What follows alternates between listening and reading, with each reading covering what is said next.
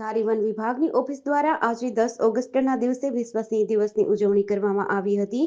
ત્યારે શહેરમાં આવેલી દરેક સ્કૂલોમાંથી વિદ્યાર્થીઓનું રેલી સ્વરૂપે આયોજન પણ કરવામાં આવ્યું હતું।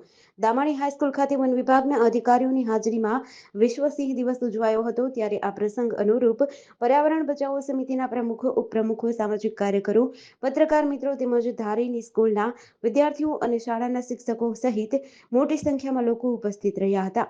વન વિભાગના અધિકારીઓ દ્વારા સિંહોને બચાવવા અને પ્રકૃતિનું રક્ષણ કરવા અંગે જાગૃતિ ફેલાવવામાં આવી હતી।